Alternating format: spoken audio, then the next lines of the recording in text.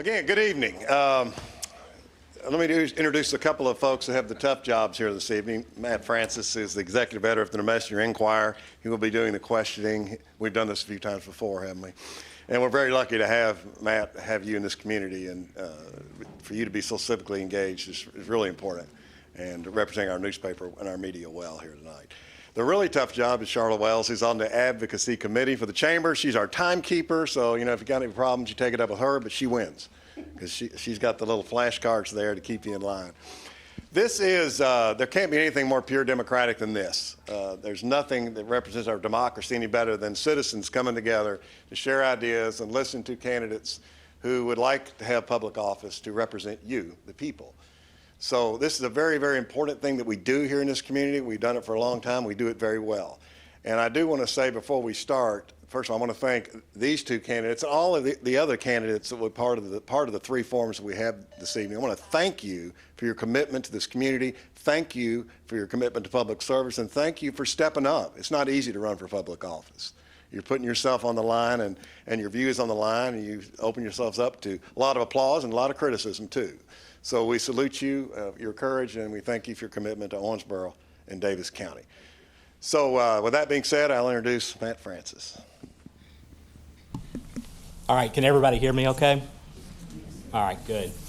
I'm going to go over a few of the guidelines, and I'll do this before we start each of the three debates that we're doing tonight. But we're going to start with Davis Fiscal Court, and this is Central District. The candidates are seated as they appear on the ballot. So we'll start left to right. Tyler Sagardoy, correct? Great. And Larry Conder. Tyler will take the first opening statement, and you'll get 90 seconds for that. We will then alternate questions. You'll get 60 seconds to answer each question. We'll start with, since you're doing the opening, Larry will take the first question, and then we'll go back and forth. And then we'll do a 90-second closing as well. And since you're starting with the opening, Larry, you'll start with the closing. All right, Charlotte Wells will keep the time on the openings and closings. She will give you a 1-minute warning and a 30-second warning, and then she'll hit your bell when your time is up. For the questions, she'll just give you a 30-second warning since you have 60 seconds for that. One thing for the audience, just please be respectful of the candidates. Obviously, no heckling. No gasps. If somebody says something that you don't agree with, give them your respect, and I'm sure you will. And cell phones off. Yes, and cell phones off, please. All right, well, we'll start with your 90-second openings, and Tyler, you can start. Well, thank you very much for having me here, Matt and Charlotte. My name is Tyler Sagardoy. I am running for county commissioner, as you can tell. I'm not going to go too much into my bio. For those who are on YouTube, you can go to tylerdcky.com and look me up. But for the audience, I'm Davis County born and raised. I graduated from Apollo. After I graduated here, I went to Philadelphia, where I attended college and grad school. And I ultimately found a career as a management consultant. In my current job, I work as a junior executive for a Washington, D.C. based real estate firm. When the pandemic hit, I had a choice between living in a basement in Virginia or buying a house here in Davis County, which is my home. And I chose to be here so I could be close to mom and the dogs and family. The reason that I'm running is that COVID has created or accelerated many trends, many negative trends in life. What you see the decimation of the middle class, you see the degradation of infrastructure, you see children waning in maturity and education, you see an uptick in crime. There's a lot of factors going on, and I feel that there's a time needed now for transformative leadership, and that's why I'm running. Thank you, Tyler. Larry? Thanks, Matt. First and foremost, thank you to everyone for taking time out of your day to be here to listen and to learn about who you're about to elect to serve each and every one of you. I've been asked this question several times. Why are you running? Why did you switch from the city to the county? And there's one major reason. You're about to see a historic moment at Davis County Fiscal Court, where every position at Fiscal Court will have a new person in that chair. You will have a new county attorney. You will have a new county treasurer. You will have a new county sheriff. So you're about to see a brand new fiscal court, and experience matters. Meaning that if you haven't been through the process, if you want to know what is truly Owensboro and Davis County, you have to be able to trust the individuals to be able to lead into the next 4 to 8 years. And that's what we are today. That's why I did this, because I could see that that experience is necessary and it's needed to be able to make sure that we administer and make sure that we stay a safe community no matter what, and that we look at our needs and our wants in the right manner. Needs being first, wants coming second. Thank you, Matt. Okay, Larry, you'll take the first question, and that opening is actually a pretty good segue into that. You talk about a clean slate in county government, so there you have it. So if you were to go into office, what would you say is the single most important issue, or maybe two issues that fiscal court should be addressing? The first one, as I alluded to, the wants and needs. The needs are making sure that we are a safe community, making sure our sheriff department and our jail has all the assets necessary to be able to make sure we raise our children in a great way. That's what needs to happen, and it will happen. Our jail needs some attention. We have an ever-growing population in our jail that today over 40% of those inmates are not from here. They're from somewhere else. Yet the budget calls for a $3.7 million subsidy. That's dramatic. That has to be addressed. So those are some of the needs that we must take care of, no matter what, plus our infrastructure and overseeing the ARPA funds to make sure that they're allocated and done correctly. Broadband, all of the other monies that are appropriated to us get allocated, and we see through that the projects happen no matter what.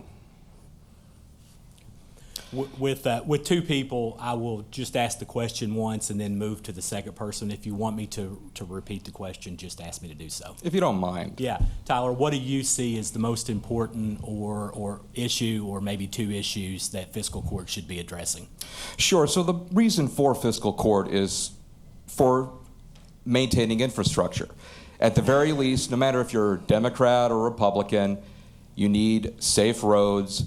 There are certain services that you need here in the county. And so at the very least, if the county doesn't provide that, then the county's not doing a very good job.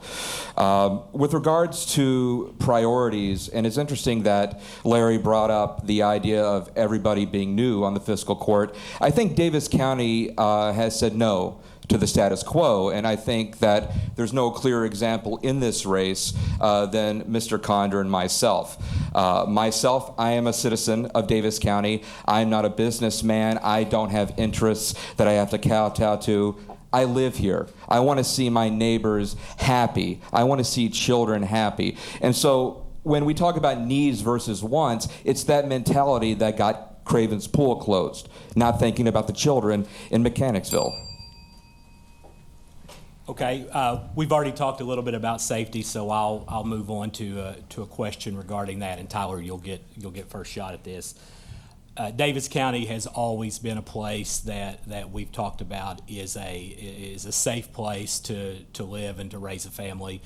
Recently, I think if you're paying attention, you've seen that there have been quite a bit of issues with juvenile crime.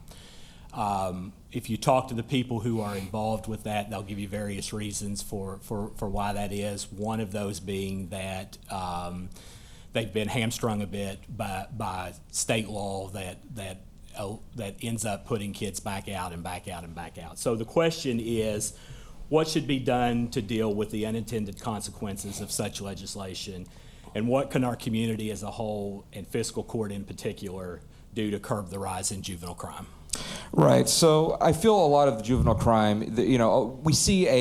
We've seen a large jump in gun-related crime here in Davis County, and a lot of that is being precipitated by the ease and access at which guns are available. And it's not so much that guns are coming in from the county, they're being stolen from people's cars. They're being stolen from people's houses. The idea of having a gun is not without responsibility. And so one of the things that I would like to see proactively here in the county is free gun safety training, free gun training. If you're going to have a gun, I'm not going to impede you. The state legislature has made that decision, but I do want you to be very knowledgeable. I want you to be very trained, and I want to make it easy for you to get the resources you need to be so. Larry Condor? Just to clarify some things real quick, you really need to understand what's your role and stay in your lane. Cravens Pool and everything that happened in Mechanicsville, that's the city of Owensboro. That's their decision. It's not fiscal courts. So you have to be able to know what's the difference. That's the first thing. To address your question point blank, whenever you look at what has happened to our children, especially those in middle school, there's a switch that gets turned off or on, whichever way you want to call it, of where that respect goes away. So our SROs that are in our school systems today need to be reinforced and helped to make sure that the respect for authority, respect for our first responders, is really a joyful experience that they count on them to protect them each and every day. That's where it starts. We don't want to get them when they're 18, 19, and 20-year-old. We want to get them in middle school. That's where it needs to happen. So our thrust needs to be there to address what happens with our juveniles. Okay, Larry, you'll get this next question first. And when we were here during the primaries, I asked a similar question. We talked about the number of jobs that are open in Davis County, 1,000 plus, not able to fill those. You talk to any company, and not any, but most companies, and they're struggling to hire people. So what I kind of want to talk about is what should be the role of fiscal court in crafting a community-wide economic development strategy, and what would you propose in terms of talent recruitment and retention efforts? And that's a growing issue and will continue to grow, which is actually, to a certain point, a good problem to have if you think about it. That we have jobs and we have openings for individuals to have those jobs. And our workforce training has really done a great job at OCTC and all the rest of our higher educational schools. They really have, vocational or professional. It doesn't matter. They've done a really good job at it. But one of the ideas that I've heard before, and I would find this very intriguing to do, local government gives back to businesses a certain portion of occupational taxes that the employee pays. What would happen if we flipped that just a little bit and said, if you are willing to come to our community and work here for 2 to 3 years, we will take a portion of that occupational tax if you commit to working here for 3 years and pay maybe back your education that you needed to, that you have that debt for. So you just flip it just a little bit in order to recruit those individuals, incentivize them maybe back through the occupational tax that they pay every time that they're here. Tyler, I'll repeat the question. Sure. What should be the role of fiscal court in crafting a community-wide economic development strategy, and what would you propose in terms of talent recruitment and retention efforts?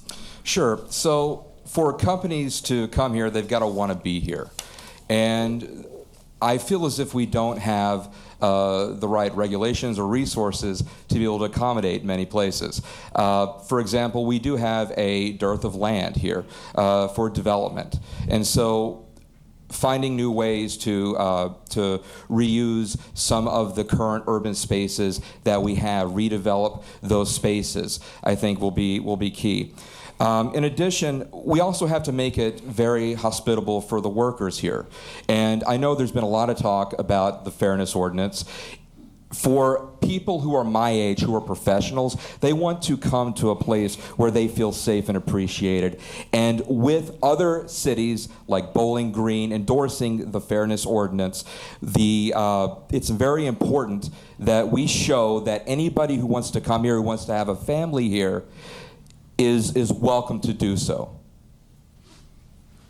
Okay, Since you brought that up, I had that on my list of questions, so I'll just bring it up. We'll just go ahead and move on to that question now. I think you kind of answered it, but let's just put it out there. Would you support a countywide non-discrimination ordinance? If so, why? And if not, why? Yeah, absolutely. Of course I support it. It's good policy. This is 2022. This issue is settled. Move on. There are people who, I get it, they may feel that it's icky or that it's against their religious beliefs. Now, I can't help you if that's the way you feel, but no one is attacking your religious beliefs. In the fairness ordinance that was voted on, they made it explicitly clear that religion was not going to be religious freedom was not going to be impeded. Okay, so it's very important that we do pass this ordinance. One thing I do want to point out is that my opponent has changed his position on this very issue a couple times, and even Rosemary Condor, his wife, has endorsed the idea that this is one of the things that is keeping business from happening here in town. Larry, you want to respond? Sure, it's amazing that where people can come up with their own opinion but lack their own facts. I've always said this, and I'll say it again. Even during the primary, I said it. A fairness ordinance being non-discrimination against anyone's sexual orientation has already been addressed by the United States Supreme Court a little over a year ago.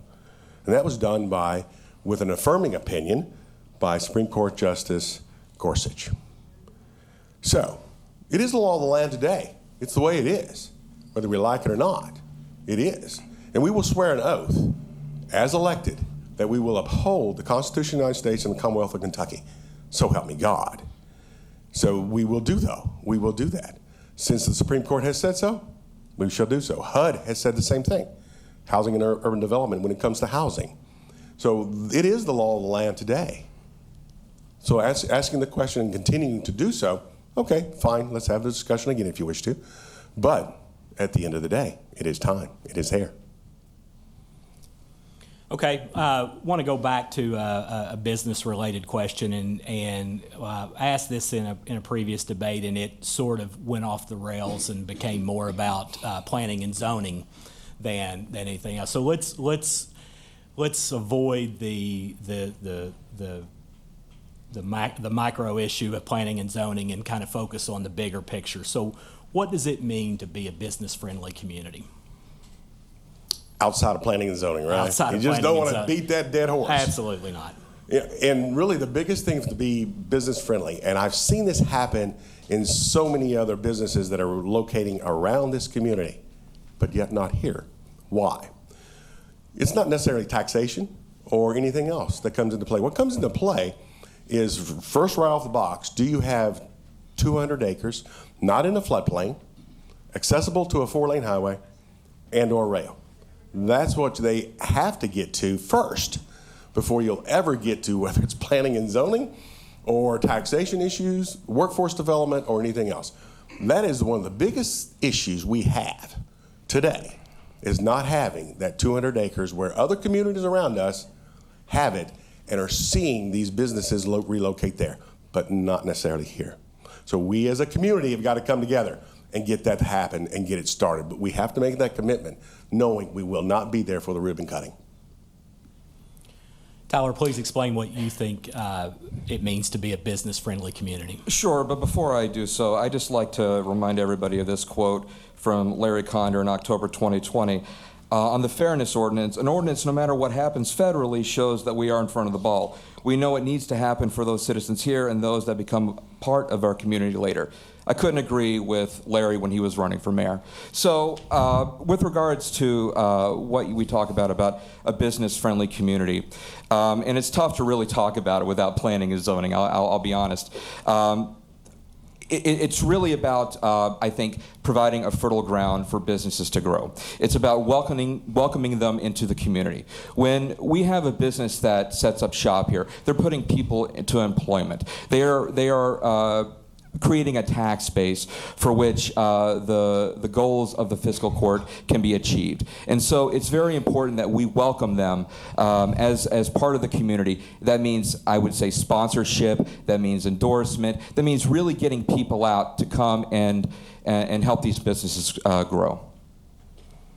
Okay, Tyler, you'll get the next question. Want to talk specifically about a project that's been in the news a lot, and that's the Senior Citizen Center. Obviously, the city and county have allocated millions of dollars for a plan to collaborate with the YMCA. Opponents are in a couple of different areas. Some want a standalone center. Some want the existing center, the money that's been allocated used to renovate the existing center. Where do you fall in that, and what would you do to make that happen as a member of fiscal court? Sure. So what we see with the Senior Center is really 12 years of promises not kept. This is the fourth iteration in 12 years where there's been a plan put forth to provide seniors with a new senior center. 12 years ago, Tom Vitatow said that he wanted a 60,000 square foot senior center so that way the community will have capacity to grow. The current iteration is 11,000 square feet attached to the back of the YMCA, who in the Senior Citizen Forum made no convincing argument for why these two facilities should have this sort of alliance. With regards to keeping the current existing senior center, I understand why seniors feel the way that they do. They were cut out of the process very, very early on, and they didn't have a chance to really address a lot of the grievances. And even some of the recommendations from past studies were not included in this current iteration. To those who want to stay at the Monday Center, it is falling apart, it is not ADA compliant, and when we tear down those walls, we don't know what we're going to find. Larry Conder? Sure. So let's get this record straight again. The Elizabeth Mundy Senior Citizen Center is a city agency. It is under their purview in order to be able to administer and do whatever needs to be done for there. They also have their board. Now, fiscal court gives about $50,000 a year for operating costs. Appropriated also $2 million for a new facility, renovated or not. So as we continue to go back and forth, and the concerns continue to be highlighted, what needs to probably happen is this. Fiscal court will still have its $2 million, and then you'll have the city's $2 million, maybe even more. So let's say, for example, that total is $6 million. If that's the case, charge the Senior Citizen Board to have, before the end of next year, a permit pulled for a renovation or a new facility, whatever the case may be they decide on, and do so. It is time. I was there 12 years ago when Tom Vitatow, presented its time caps to everyone. I was in the audience when that occurred. So that's been going on for a long time. It's time. Okay, Larry, going to ask you a question about bluegrass and the bluegrass flag in particular. What do you think, and for those in the audience, what we're talking about is when communities are looking to grow and raise their profile, they look to create a flag, and the bluegrass flag is one of the things that this community is working towards. So what role should the fiscal court play in supporting the local bluegrass flag efforts? You're talking about branding our community. Yes. Branding our community with bluegrass, barbecue, bourbon, the 3 Bs. And bluegrass being the first one. And we have spent a significant amount of money and time in that effort. Rosemary was on the board of trustees for the Bluegrass Hall of Fame and actually was very integral in developing the museum we see today. The next piece of that is how much bigger and better can we make things in this community to address that branding. We may put up all the signs we want to, but at the end of the day, you got to get people here. And in order to do that, some of the wheels are already in motion to be able to create an amphitheater that really draws a significant portion of people, that not only supports the Bluegrass Museum and Romp, but other concerts also. And it needs to be bigger and better where we're not competing with Beaver Dam, but they're competing with us. That's what we need to do. Tyler? I'll be honest. I do what you want with the flag. I'm as long as it represents us well and there's a good return on investment in what we provide. Quite frankly, I'm not running on ideas of flags. I'm running on ideas of expanding affordable child care for low-income families. I'm running on expanding mental health care access here in the county. And so the tourism board, however they want to brand us, that's fine. Personally, I like being the hickory smoked capital of the world, but do what you want. Fundamentally, I would say that when it comes to tourism, it's good in the the fat years, awful in the lean years. And so in terms of expanding, let's say, the business base here, I'd like to see more manufacturing. I'd like to see more recession-proof industry here in the county. And that's what my plan for Better Jobs is all about. Okay. Tyler, you'll take this question first. Our community's been criticized in the past by a few lawmakers and policymakers for what they say is not speaking with one voice. And they've used that as a reason for denying projects or community priorities. One, do you see this as a fair assessment? And what would you do to ensure Greater Owensboro presents a united front when it pertains to community priorities? Yeah, I absolutely agree. And I think Larry is one of those voices as well. When it comes to particularly governmental relationships, state, federal, we need to go in as a united front in order to get what we want. We need to understand what is the playbook, because whatever we get from Frankfurt or from Washington, we all benefit from. That's money coming into our community that we wouldn't otherwise have had.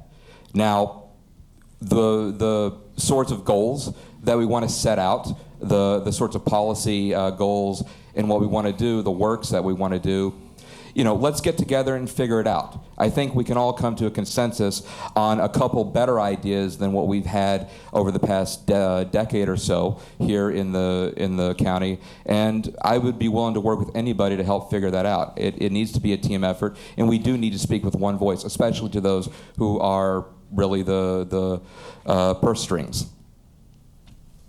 Larry Condor? Thanks, Matt. That is one of the bigger things that I've been probably tasked to do with the new fiscal court you're about to see. Who is willing to really go to Frankfurt to kiss the ring? Who is willing to be able to sit there and sit at the table and be invited to the table to force Frankfurt to say yes? Because today we make it so easy for them to say no to us. And all you have to do, again, is look around our community. Look around at the counties. You just had $30 million awarded to Todd County for a natural gas pipeline system. And other monies, nothing came to Davis County in the last monies that were handed out.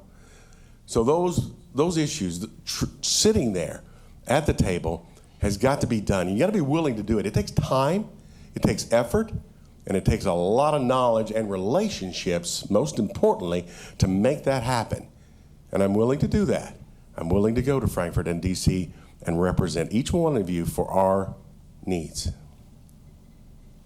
Okay, this will be the last question, and then we'll move into closings. And again, this is a familiar question that I don't think I did a very good job with the last debate, so I'll give it another shot. The complaints that I often hear, I'm sure you hear from city residents, that I'm paying county taxes, but most of the focus of county government is outside of the city limits. Do you think that's a fair statement? Do you think it's an equitable taxation system that we have right now? And what would you tell city residents they get for their investment in county taxes? So let's go through the list. Let's do it, because Matt asked the same question back in the primary. So here we go. The first and big one, of course, is the jail. Over 60% of the residents in the jail are from the city. When you look at all of the other social service agencies or cultural agencies, there is a significant amount of money. You have over $160,000 that go out to the social service agencies. You also have over $1 million that's available today to go through the House Bill 202 funds. That goes to every art agency in downtown Owensboro that the citizens of Owensboro itself, the city, doesn't have to pay for. Then you look at all of our parks. If you have children and you go out Horse Fork, you play soccer out there. That's a county park where city residents actually go to. So then you look at the landfill. Yeah, it's behind the doors. You don't see it. But every citizen in the county uses the landfill. But it's part of the services that we all pay for. And I got a bigger list. Tyler? Yeah, could you repeat the question? Yeah, absolutely. Basically, it's addressing complaints that we often hear from city residents is that I pay county taxes, but most of the focus of fiscal court is outside of the city limits. Do you agree with that assessment, and what would you tell city residents they get for their investment in county taxes? Yeah, absolutely. So county or city residents, paying county taxes, Larry actually, we agree on a few things, Larry. He hit the nail on the head. There are infrastructure that we all use here that we all benefit from. Our treasures of Horse Fork, Panther Creek, Yellow Creek, everybody who has lived in Davis County, including Owensboro, has very fond memories of those places. Those are county provided. There are roads and infrastructure and bridges that are provided. Animal control is provided. The jail is provided by the county. There are functions that the county does that the city just doesn't do. There's not a need, and so they don't do it. So to respond to those who have that criticism, you do benefit from the taxes you pay. You don't pay as much as those in the county toward fiscal court, but you do pay a fair share. Okay, we'll move into our closing statements, and Larry, you can start 90 seconds. First and foremost, we have talked about this being a new fiscal court, but what we need to do is thank those that served fiscal court over the many years. Judge Al Mattingly, Commissioner George Wathen, Commissioner Mike Koger, County Attorney Claude Porter, County Treasurer Jim Hendricks, and County Sheriff both Keith Kane and Barry Smith. They gave of their time and of their efforts to be able to serve this community. So thank each and every one of them as you see them. In closing, experience really does matter, people. It matters in making sure that what we have done today, where we only have about $12 million in debt, that's all we have at fiscal court, that was managed correctly and managed very well over the last 12 years, continues on to where we actually do address all of those needs we talked about, while also keeping our eye of what do we want to do, who do we want to become, and how do we want to do it. That's what I'm willing to commit to do.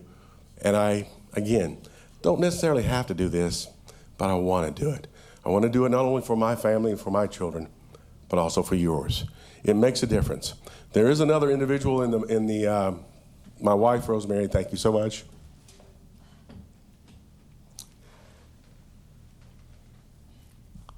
She's very special.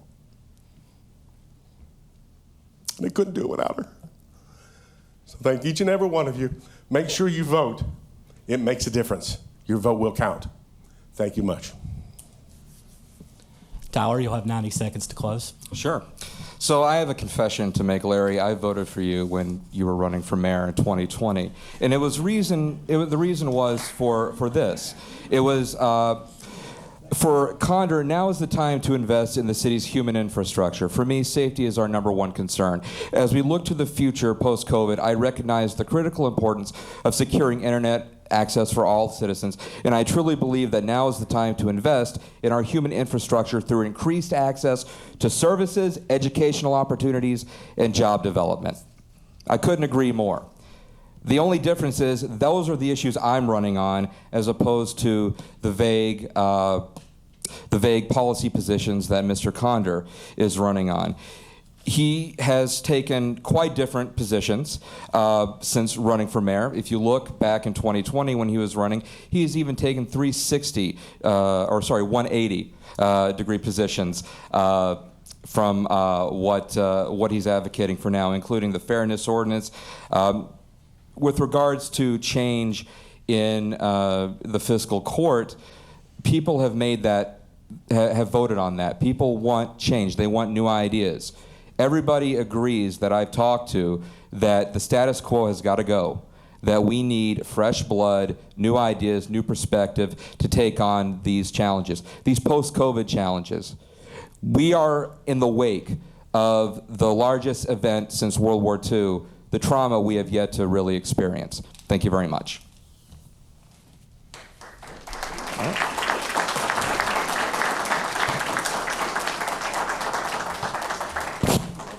Thank you both for, again, for your commitment for being here this evening. So let's give a round of applause to our candidates one more. Thank you.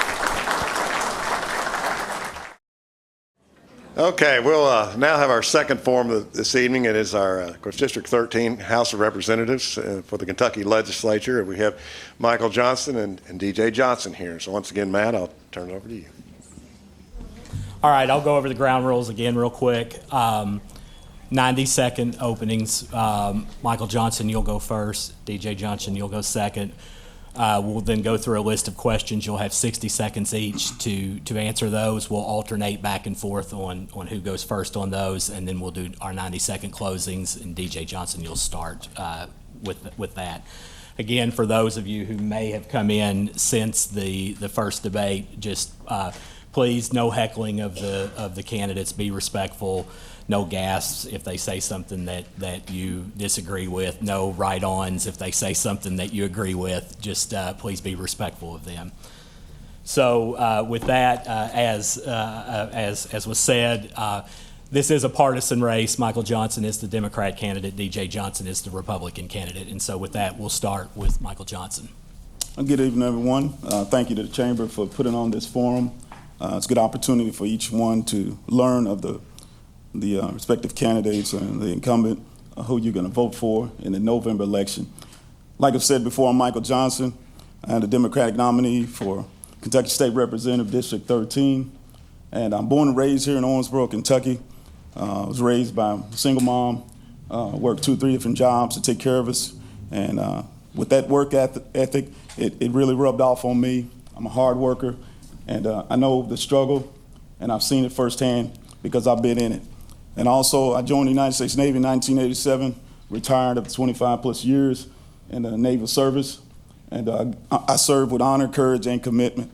I believe in working and fighting for my country, and that's what I did most of my life. I came back home to continue to give back to my community, got involved with public service, and been in public service ever since. Right now, I'm vice chair of Owensboro City Schools, done great work, and we continue to do that. That's the same work ethic I will take to the state level if I become your state representative. Thank you. DJ Johnson. Thank you, and I want to thank everyone for attending today. It's a fantastic turnout compared to some of the ones we've seen in the past, so thank you for coming. I am DJ Johnson, also born and raised here in Owensboro, graduated from Apollo in 1975, and then graduated from Western in 79, where I was commissioned as a second lieutenant in the Army. Served until I decided it was time for me to get out. I got out as a captain. I will say, even from high school, from my sophomore year in high school, I knew that I wanted to serve, and I saw the military as a way to serve. And so that's what led me into the military careers. From high school, from my sophomore year in high school, I knew I wanted to serve, and I saw the military as a way to do that. So that's where I started out my career. Once I finished my military career, I went into the world of small businesses and have been there ever since. And at one point, I knew it was time for me to come home. My last assignment was Washington, D.C. Stayed there for several years, but Owensboro was home for both me and my wife. And so I came back home to be a manager of Sparkle Bright Car Wash, which is when I got the urge to get into politics. I was looking for the next way to serve, and that was it. And ever since I've been elected the first time in 2016, my goal has been to serve the people of Owensboro and serve the people of Kentucky. And I look forward to continuing to do that in the next term. Thank you. One of the things that you'll notice as we go through these debates is that some of the questions will be very similar, and that's because while we're talking the county level, the state level, the city level, all those are different governing bodies, but the issues are much the same for the community, and so a lot of these questions will be somewhat similar. So to start off, DJ Johnson, you'll have the first question. What would you say is the single most important issue or couple of issues that state government should address in the upcoming session? Well, first I'll start off with my baseline beliefs. My baseline issues are protecting and defending the Constitution, and I bet we both agree on that. So I will always be looking out for our rights, looking out for trying to limit government's impact on our lives in a negative way. But beyond that, what's become very apparent, and again, you've heard this before, what's become very apparent is we need to be working very hard on safety and security of our community, and I will always, always be working on economic development, looking for ways to not only bring businesses into Owensboro, but to grow the businesses that are here, and even beyond that, to grow the opportunities for individuals within those businesses.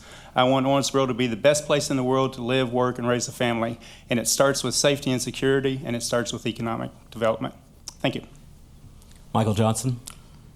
Basically, fully funding education. What I've seen within the school system, it needs to be completely funded. We need to really take a look at that at the state level and do what needs to be done. It is a profession that creates other professions. If you don't have that, then you don't have economic status. You don't have economic stability. So we have to do that, and that has to be addressed immediately. Also, affordable health care, looking at access to affordable health care. A lot of people don't get it. They don't find it. So we need to make sure that it's accessible to everyone. And those are some of the things, and also living wages. We need to look at that as well. If we want to be diverse, and we are diverse, but we need to act upon the diversity that we have within the state of Kentucky. Thank you. Since you mentioned education, we'll just jump right into the education-related questions, and I have a couple. The first, I want to go from the Chamber's perspective in economic development and talking about the importance of an educated and skilled workforce for the business community. So, what do you see the role? What do you see as the role of public education in Kentucky's economic growth and stability? And what is your role what would be your role as a legislator in that equation? Thank you for the question. The role of the legislator should be always to protect our educational system. And when I mean that, I mean protecting with the teachers' retirements, and pensions, making sure that we protect that and continue to fully fund it. And also, public education is key, because that is where all of our skills comes from. Right now we're at the lower level of education because of not being fully funded and not being really focused upon.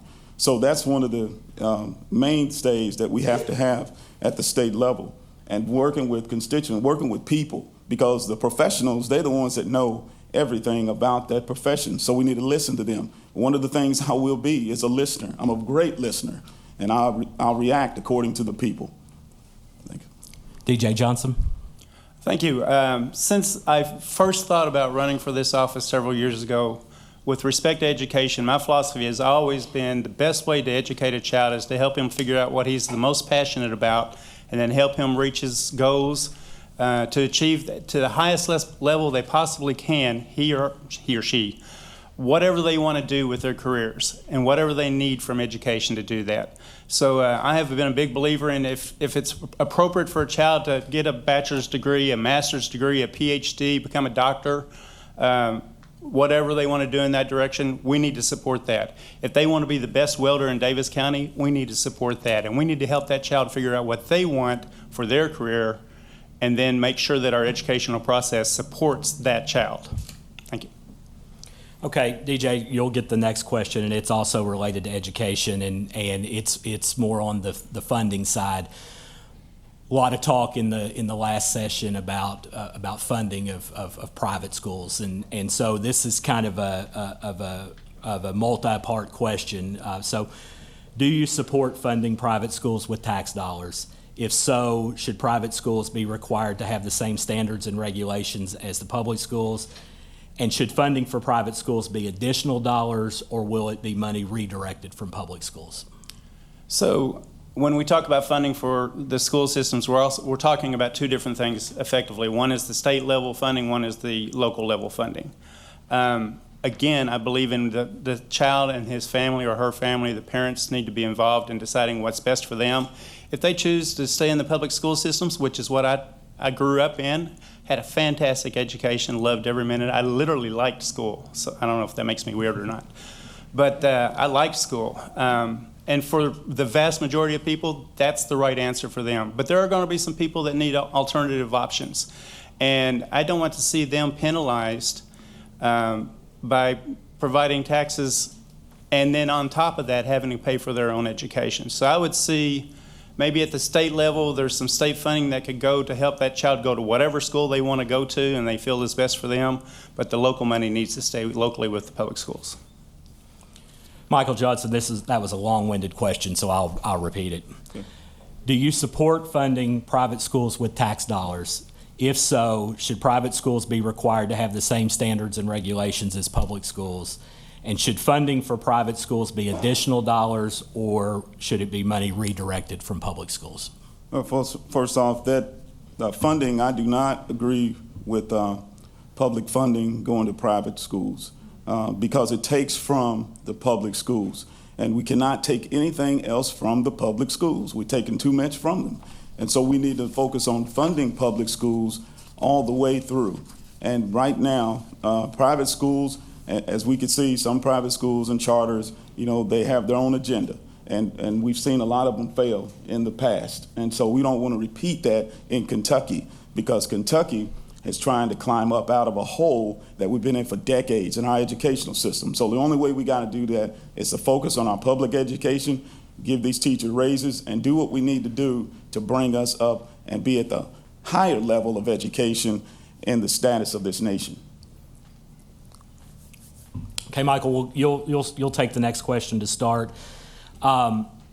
There's been a lot of positive economic development news in Kentucky over the last year, whether that be in Elizabethtown or Bowling Green.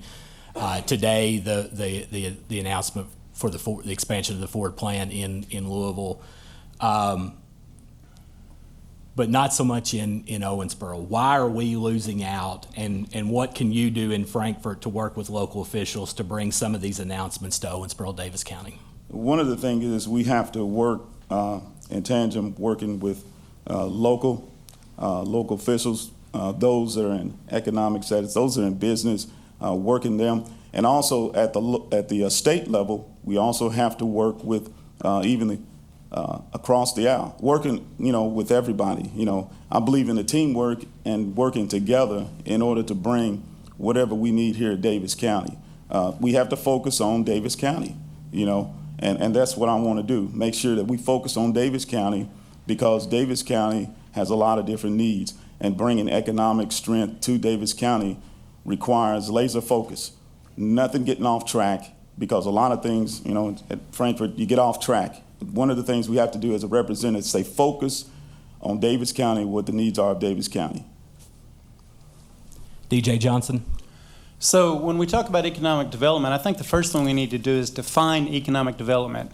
And we always want to look for that home run. We want to look for that $2 billion battery plant that Ford's doing, or we want to look for something that's going to bring 1,000 jobs into Owensboro.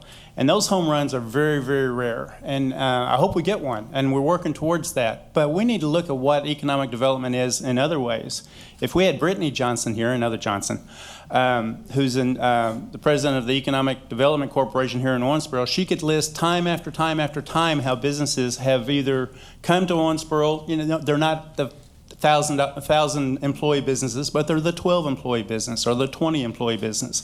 And time after time, we have had businesses expand their operations in Owensboro, creating new jobs. Those base hits are as much an important factor of economic development as that home run that we're all hoping for. And that's what we need to focus on, is make sure that we take care of local businesses and bring those small businesses in too. Thank you.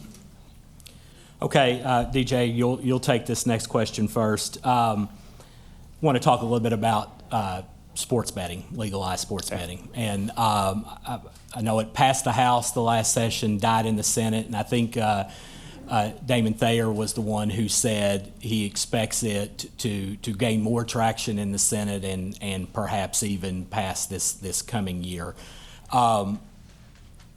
Do you support such legislation, and explain why you are for or against it? When we talk about gambling and sports gambling, it's very easy to involve a couple of different concepts. One is when you're on your phone and you're looking at your fantasy football team and you're trying to figure out if you want to make a bet or not. And then we also have organized gaming, where every type of gambling you can possibly think of is part of the process. I will say that although I'm a not a fan of expanded gambling in general. I don't know that it brings anything of any well-being to a community when it comes into their community. I can understand where a guy would like to be able to get on his iPhone and make a fantasy football bet.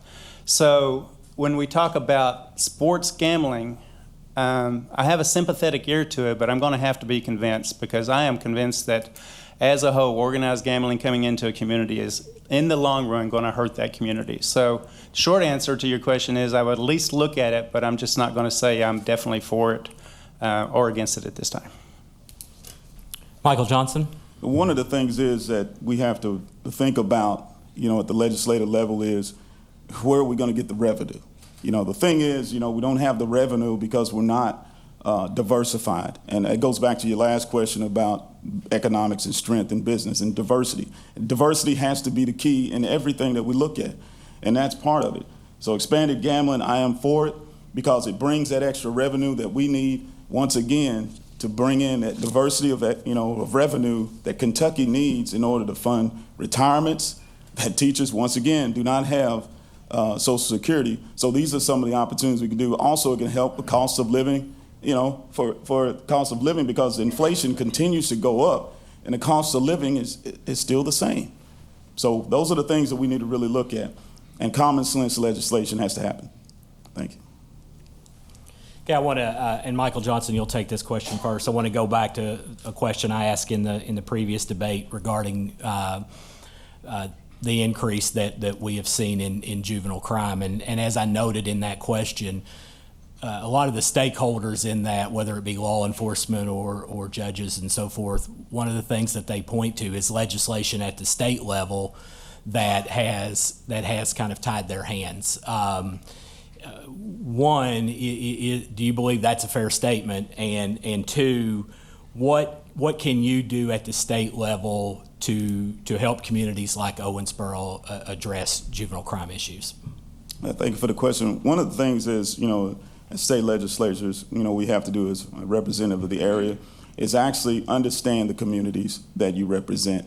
If you're on the ground and you understand, and I've mobilized groups of folks and leaders and communities when gun violence was its all-time high in District 13. I was the only, one that was really trying my best to get folks together locally and within the community to address gun violence and the juvenile issues that are at hand, because it's out of control. I was one of those that stood up here at City Hall and said, this is going to get worse, and it did, and here we are now. We need to get to the root causes of the issues, the root causes of the problems. And once we do that and strengthen the families, we'll be able to get through this. But we need to look at a legislative level to make sure it's accountable, every law that we do and legislate, but it's got to be according to the people that are in the communities that are dealing with it. And once we do that, then we'll be able to eradicate it, and you'll see juvenile crime go down. Thank you. DJ Johnson. So when we talk about this, there are two levels we need to look at, and first and foremost is at the state level, where we're the ones that create the laws that the locals have to deal with when they implement justice. So Senate Bill 200 was introduced and passed in 2015. It was a bill that very much modernized and dealt with some inequities within our justice system, and a lot of it in our juvenile justice system. It was a major bill, and any major bill over time, after a few years, you've got to go back and look at it and see if it needs to be tweaked some. Senate Bill 200 needs to be tweaked some. And locally, I've met with several of the local leaders, the law enforcement, judges, lawyers, prosecutors. I've talked with all of them about this issue, and there are some things they feel they can do at the local level to be a little more creative about how we deal with that small number of repeat juvenile offenders that they can almost name by name. We've got to look at that and see how we fix that loophole at the state level so that local people can do what they need to do to deal with the juvenile justice issue and the crime issue. Okay, DJ, you'll take this question first, and we'll stick with the law enforcement area. One of the things that's been a community priority for a while is the need for a new judicial center, and law enforcement and judicial leaders have been saying for years that there's an issue with security and overcrowding in the existing building. One scenario that has been talked about is, rather than getting state tax dollars, it's financing the construction locally and then paying for that with rent dollars from the AOC to pay back the bonds. But what role as state representative could you play in making a new judicial center a reality? Pretty significant role. I'll give, for example, part of the process is getting an authorization from the Administrative Office of Courts, AOC, at the state level. And while I was working on getting our family court judge, a shameless plug here, we got a family court judge, a second family court judge this year that I was very proud to get through. But I became very involved with understanding how AOC works, and I have been working, I guess the word I would use is harassing AOC, their administrative offices, to get our authority to do exactly what we did to get this first judicial center and get a new and better one in a different location, because it's absolutely true. That facility is unacceptable for what we need for a judicial center. But there's a process we have to do at the state level. A state representative, state senator can absolutely be involved in that process, talking with AOC and getting their approval, getting things going so that the county can do what we're ready to do right now. And that's something I've been working on, and I look forward to continuing to work on it next year. Michael Johnson? Yeah, once again, with the judicial center, I do agree that we definitely need a new judicial center to be able to handle the capacity of the courts and what we're dealing with now. Reality is you got to work with folks. And as you said, at the state level, and working with AOC and working with those groups, but also working with the people here and making sure that we're able to work through all the red tape, because at that level, at state level, there is red tape. And so you have to get all sides, both sides working together. And that's one thing I do. I work with everyone. And that means even if I got to cross the aisle, I'm going to cross the aisle and work on that to be able to get what Davis County needs. And you need that sustained persistence when we're trying to get something for Davis County, especially a judicial center. Thanks. Okay. Final question, and we'll start with Michael Johnson, and this will focus on home rule and basically, to break that down, that essentially allows local governments to set their own paths without being limited by what they can do by state laws. And so the question is, do you support legislation that will allow a constitutional amendment for home rule? If not, why? If so, please give an example or two of ways you think the state could do a better job of allowing communities to determine their own future. Yeah, I do support the home rule. I believe that the city can really benefit, the government can benefit from that because we know what we need, and as far as with the taxing and everything that involves with that. So I do involve with the home rule. And some of the things that we need to do is continue to advocate for it at the state level. And that's what legislators are for, so representatives are for, to work with our local leaders and local officials to be able to make that a reality. So that is definitely something that I believe that we can do it. I've seen it in other counties that have it, and they're doing real well with it. So I don't have a problem with it at all. Thanks. DJ Johnson. Well, the classification system that the state uses to classify cities is very antiquated. So short answer is that I do support local rule. I voted for it on 2 different bills this last session. I supported it my first time in office, and will continue to support it. I will say this, though. I believe that it's up to the local authorities need to have the right to decide their taxing authorities, their taxing plans. That doesn't necessarily mean I think they should raise taxes. But government is best at the local level, and therefore I think the local agencies, the county and the city, should have the opportunity to decide how they want to best tax or not tax their constituents. So I would be for local rule. Okay. Thank you. We'll move into the 90-second closings, and as I said earlier, DJ Johnson, you'll start. Well, thank you again for everyone that's here tonight. Thank you for you guys for moderating for us. I appreciate it, and thank you to the Chamber for putting this on. I will say this very simply. My entire life, like I said earlier, since I was in high school, I have wanted to serve people. I served in the military, loved every minute of it. I was willing to give my life if necessary. As I got out of the military and looked for other opportunities, I became very involved with my church. I'm currently a Southern Baptist deacon at my church here in Owensboro. And beyond that, I looked for the next opportunity to serve. And I thought that the way to do that was to be the state representative for the 13th District, which is what motivated me to run the very first time. It still motivates me today. I want to serve you. And I think I can do that. I think I'm called to do it. And I'm asking for your support. I'm asking for your vote. And I want to also just throw out this. If you want more information about my positions on things, please go to www.djforky or djforkentucky.com. Check out my positions there. Again, DJ Johnson, and I am asking for your support and your vote on November 8th. Thank you. I too want to thank the Chamber for putting on this forum. This is a very consequential election. And, you know, between us candidates here and the incumbent, of course, you have a choice. And there is a difference here. I'm on the ground. You know me. Those that are on the ground and working constantly day in and day out within the communities, talking to folks on the ground, understanding the needs, and understand how we can legislate at the state level. And that's really important. I'm married to my lovely wife, Christy, and we have 7 adult children, 7 lovely grandchildren. I want them to be successful, you know, in life. And this election will prove, you know, if we can move forward or do we move backwards. And that's the key, I believe, in this race. And as it goes on, we're going to see more and more the outcomes of these debates and who you can really get behind. So I appreciate your vote on November the 8th. It's time to move forward. We cannot stay idle anymore. Neutrality is not working for Davis County, and it's time for us to move forward as we see families becoming more and more different. And so we need to reflect that. And I appreciate your vote on November the 8th. Thank you.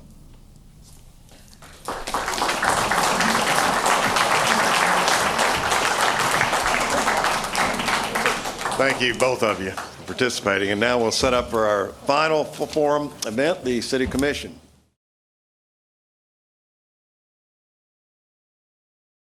Okay, now we'll have our City Commission forum, and we have all of our candidates but one. Deborah Philman was unavailable tonight, had other commitments she had to handle, but we got everybody else. So once again, I will turn it over to our esteemed moderator, Mr. Francis. Okay, one more time, I'll go over the ground rules.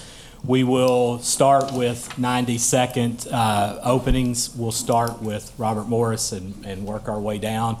We'll then have a number of questions. Each candidate will have 60 seconds to answer. And again, we'll just work our way down in how we start the questions. So we'll start the first question with Mark Castle and the second question with Jeff Sanford and so forth. And then you will have 90 seconds at the end to give a closing. One thing I failed to mention before, and it kind of, I could see it kind of startled the candidates, was Charla will give you warnings on when your time is up. Remember, when you're doing your opening, you're going to get 2 warnings. You're going to get one at a minute, and you're going to get one at 30 seconds. So when she puts that second one up, don't feel like your time's up. So anyway, and then again, for those who may have come in late, let's just no heckling of the candidates, be respectful, no reactions to whatever they may say. Okay, so with that, we will start with opening statements, and Robert Morris, you will start. 90 seconds. Thank you. Thank you, Chamber of Commerce, and Candace, Matt, and Charlotte. Appreciate you guys. My name's Robert Morris. I'm running for City Commissioner. I'm number 1 on the ballot. I got the number 1 draw in the fishbowl. I've lived in Owensboro for 52 of my 62 years. I'm a proud and loving husband, father, and grandfather. I'm running because I love local politics. I mean, I've been thinking about running for 5 years, and I'm very interested in local politics. I have no axe to grind with anyone, but I do believe adjustments are needed in City Hall that new, fresh, and refocused leadership will bring. I've been thinking about running for 4 or 5 years. From 1996 to 2006, I helped build approximately 150 homes, several remodels and commercial remodels. I know how to get things done on time and on budget. From 2006 to current, I've been in the mobile marketing business, involved in large, medium, and small special events from New York City to Los Angeles, California. I have 10 years of marketing experience and special event experience. City Commissioner is a 2-year term, and I have a 2-year doable and affordable plan. I've got a 20 to 30 bullet point agenda, and I'm sure some of the questions tonight will hit on those. From everyone who has been given much, much is required, and from one who has been entrusted with much, even more will be expected. I believe as City Commissioner, we are and have been entrusted with much, and we are required to be good stewards of our city's resource for our citizens. I'm Robert Morris, and I'd appreciate your vote. Thank you. Mark Caslin. Hello, everybody. I want to thank the Chamber for putting this forum on. I appreciate you. And I'm Mark Caslin. I've been a city commissioner for 18 months now. I wasn't really looking to get involved into politics. It was something that just kind of came about. I had talked to the city leaders about flooding over in the York Park area and felt like I really wasn't listened to. So I said, well, maybe the only way to get something done is to get inside and fight from within. So, I ran and made several promises, one to address that flooding, another to be active out in the community, and to be available to those when they reach out to me. And I have kept all of my promises that I had said that I would do. I've been here in Davis County all my life. I've been involved in community activities all my life in my church. And I have 4 children, and I'm married to Chris Fisher Caslin. We've been married 39 years. September 17th just celebrated our anniversary. And I've retired from UPS after 41 years and look forward to serving you in the future. Jeff Sanford. Thank you, Matt. As the others have said, thank you to the Chamber of Commerce for putting this on. I've been around for a second. This is my 5th term that I'm serving currently, and I have to give a little praise to my family for letting me do this, because it does take some time. I've been married to my wife, Misty, that's sitting out there for 27 years. I have 2 children, Peyton, who is in dental school, and a son and a daughter-in-law who are in medical school. And I went to Apollo High School, Western Kentucky. I've been in business for a long time. And I'll tell you, being up here and running a business are a lot different. I've learned so much, and I just want to say thank you for entrusting in me in the time that I've had here. And I have seen so many major changes in this city, and it's not just due to me, it's due to you. And I want to thank the people out here and the people who have voted for me in the past, that this city is totally changed, and it's something to really be proud of. Thank you.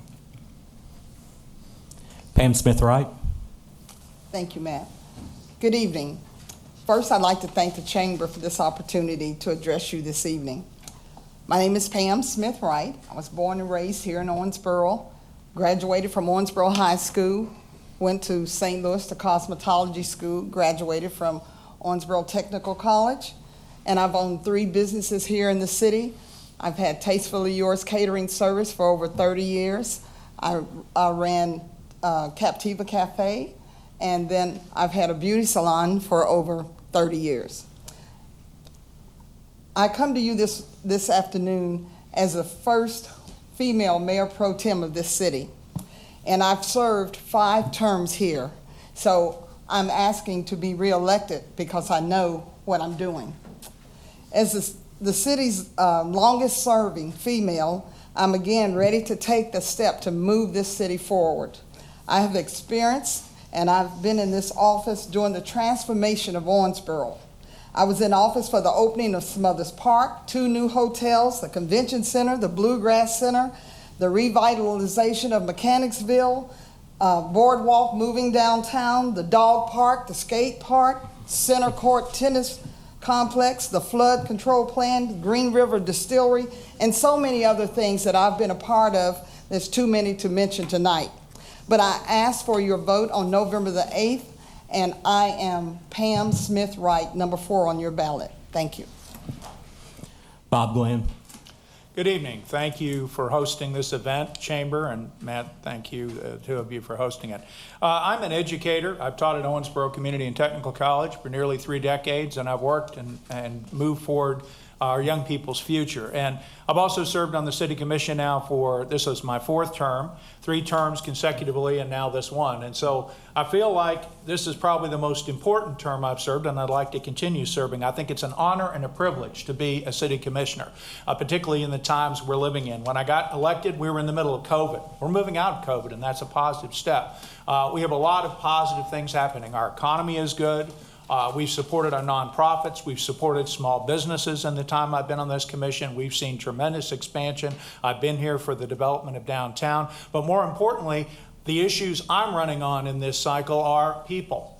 We are a shining city on a river because of our people, but we need to address the opioid crisis in our community and the violence that's spiraling out of control because of that. We need to address the senior center and get them a place where they're going to be comfortable and happy in the long term, but for all seniors.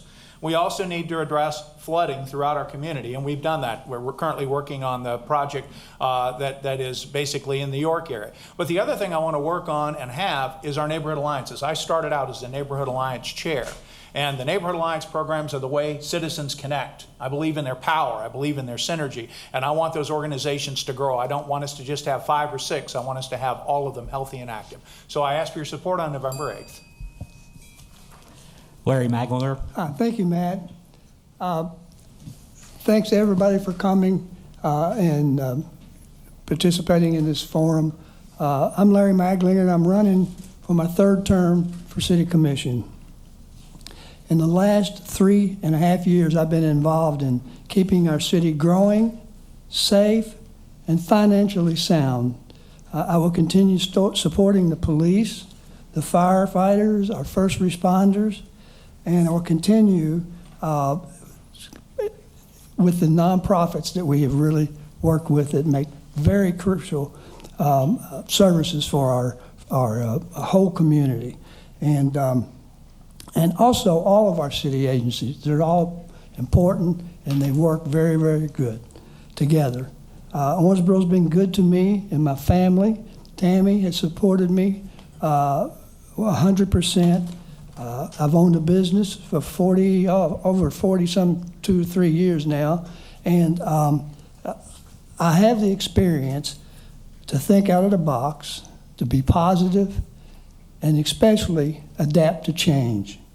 I want to keep being involved, making decisions that are hard, and to help our citizens and keep our city moving forward.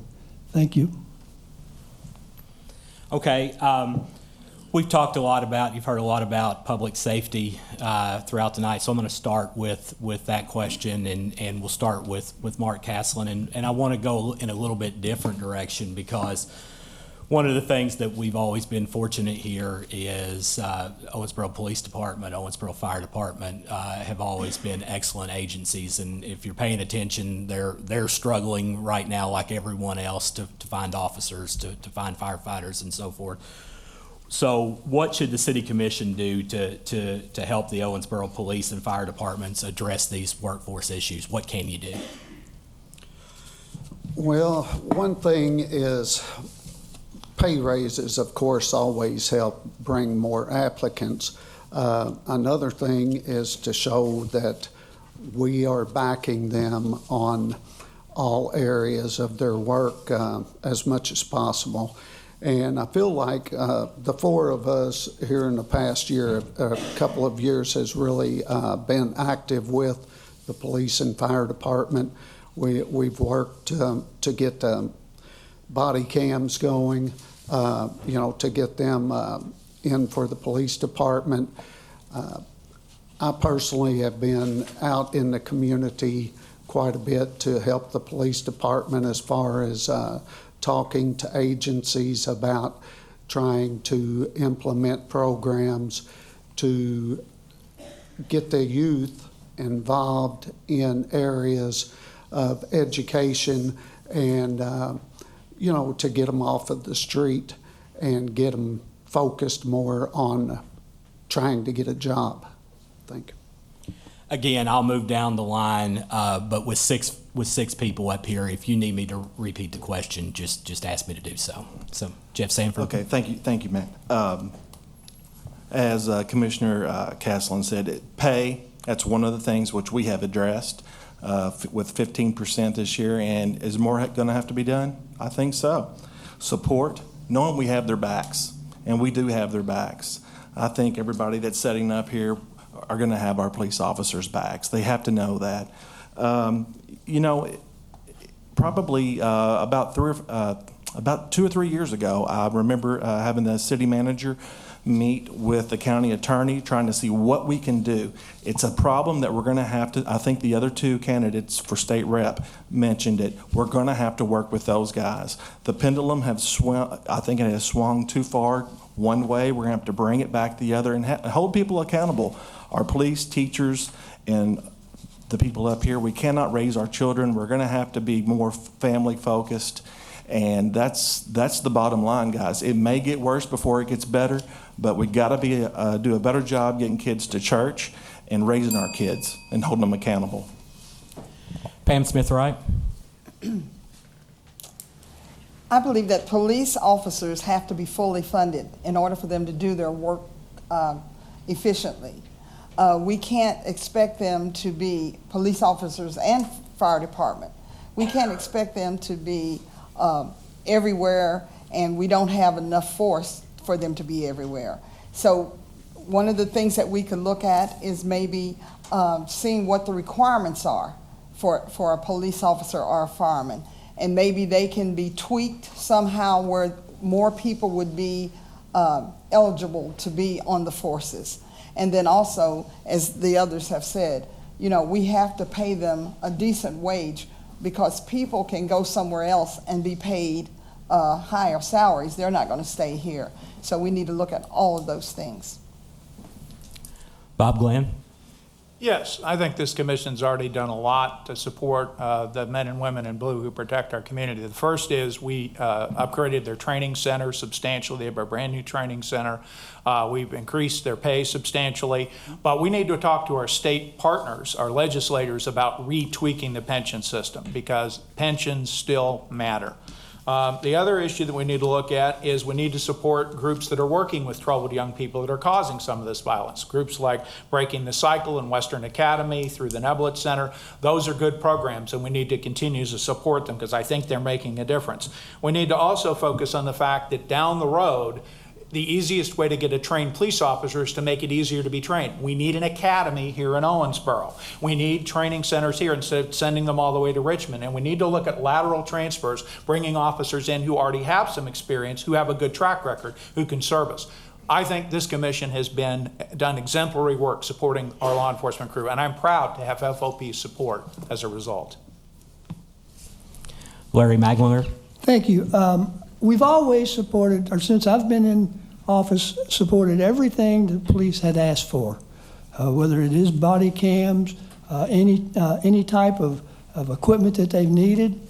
We've doubled their cost of living this year and the year before. We've been doing everything we can do to get people to try to be on the force or want to be on the force, and anything we can do to keep them safe.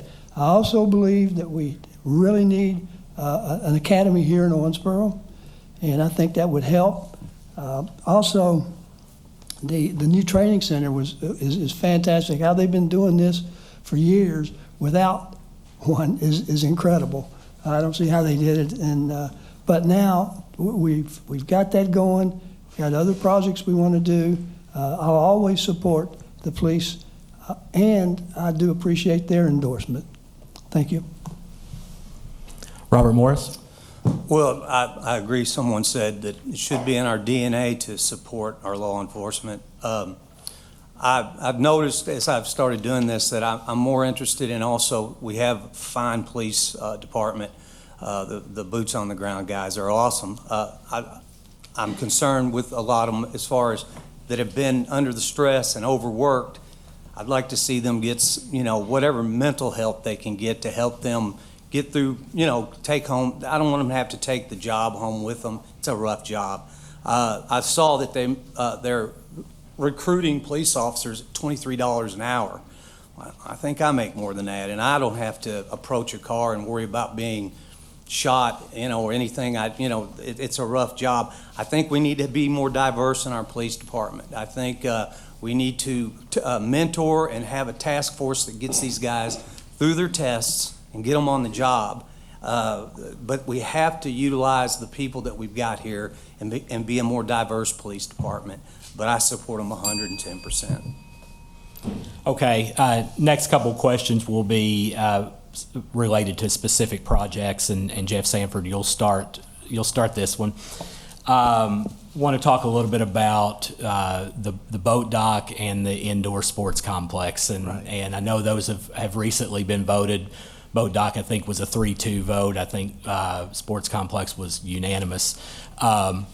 One of the things that I have heard is kind of sticker shock to the $10 million for the boat dock, and I've heard from some folks who say, those projects are being funded through the same bond and so forth. And so the question is, would that $10 million, do you think that $10 million for the boat dock is money well spent, or would it be better spent if it was directed towards the indoor sports complex? Well, both projects are independent. Basically, the revenue from the new hotel tax that we passed is going to generate a lot of revenue to actually pay for both projects. I mean, when you start to look at Owensboro, and if we start to go through everything that we've done here, that there was a sticker shock or there was resistance to, we would be nowhere. We would have done nothing, because there's always resistance to something new or any kind of change. But I do know this. You've got to have vision when you set up here. You can't just look at today. I know I've looked at the numbers, I looked at the math, I feel comfortable with what we're doing. I think we can afford it, and I think it's something that's why people from out of town, they come here, they cannot believe the things we have in Owensboro. As we live here, we see it every day, we take it for granted, but people from outside, I'm in real estate, they come here to Owensboro, they cannot believe what we have in this town, so we should be very proud. But we can afford it, so it's two things that we need to do. Thanks. Pam Smith-Wright? Will you ask that question again, I will. Basically, talking about some of the things that I've heard is sticker shock over the $10 million for the boat dock compared to perhaps what the investment of an indoor sports complex would bring. Do you think spending $10 million on a boat dock is a good investment? Would it be a better investment for the indoor sports complex, or maybe you don't support either? Well, I have not looked at the numbers for the indoor sports complex or the boat dock, but I will tell you this. I remember when I was sitting here and we were talking about the convention center, and it started out that the convention center was going to be this small or this big. And then as we looked at it, we said, what's going to happen in the future? Are we going to have to add on to it, if this thing really works? So you have to put all the numbers together. We ended up making the convention center this big, so that because you have to be forward thinking, and we started looking at the future. And we knew that it would be better for us to build the convention center larger, where we wouldn't have to make it look like piecemeal later on. So I just think that we need to really study all of these things, both of them, and make sure that we do the right thing. Bob Glenn? Yes, I think it's important to understand that several years ago in 2013, we looked at a marina, and that would have cost $20–30 million. We used to have a boat dock. The Executive Inn had one. There was a private one. The particularly Executive Inn model was extremely successful. When people say it didn't work, of course it worked. It shouldn't have been torn down, but it was. Anytime you do things on the water, they're very expensive. You have to get all kinds of approval. You've got to make sure that it meets, Coast Guard standards. So the key here is that I think it's a good investment in the long term. It opens up our downtown. We have a water entrance to it. I believe that our marketing, if you look at the events we have, like the air show, our marketing that the city does will make this a success. I'm confident this is going to be a success. Now, the Sportsplex, as a father of a young man and woman who played, youth sports, it's great to have a place where our community members and people in our region can compete without going to Louisville, without going to Lexington, and it will fill our hotels, it will fill our restaurants, it will be a winner. But I also think the boat dock can be the same way. Look at Friday After 5. All the boats out there. They're out there because they want a place to dock, and the boat dock allows for that. So I'm totally in enthusiastic support of that. If it's for me, tell them I'll be. Larry Magler. Thank you. Just like Mr. Glenn just talked about, we used to be a boating destination. We had people that would come from, and they would come from all around and plan to stay here, go up to the Executive Inn. Now look what we have now. The destination can get back very, very soon. It'll take a little marketing, but they'll come. And it's at the point where it was originally planned for the whole downtown planning. It's either do it now or it'll never be done because we got a way to pay for it with the hotel tax. And so I'm very much in favor, and I think it's one that'll last 50 years. It can handle the up and down river, and also it will extend the boating season by about 3 months. Because when you put a portable one in, it's got to go out sooner, and you can't put it in too soon because it'll just go down the river and hit the bank like one has done here before. Thank you. Robert Morris. Well, right now, I'm not for the boat dock, and I'm not for the Sportsplex if it's going to be built close to an off-track gaming area. I don't think those should be together. 8.5% inflation, I'm not thinking spending large amounts of money right now on things like that. The bed tax, I wasn't for raising that either. But I think that our money needs to be focused on things that are dilapidated here, our approaches to our cities, the River Park Center, our museum, the signage, the approaches that make our city approachable. Let's spend money. Let's be good stewards of those tax dollars. And I think the boat dock should have been done when the convention center was done. If we were going to think big then, we should have put it in then and done it then. I know that the funds may not have been there, but it's a nice building. The boat dock should have been done then. I'm not for doing it right now. The inflation is horrible to be spending that amount of money. Let's spend our tax dollars on making our city more approachable and fixing up what we've got now, our gyms that we have now. And Mark Caslen. Well, I think everybody here knows that I was adamantly against the boat dock, still am. The Sportsplex, they're two different entities. The Sportsplex will help pay for itself. It is also a facility that can be used by almost all of the citizens throughout the week when there's not a tournament going on.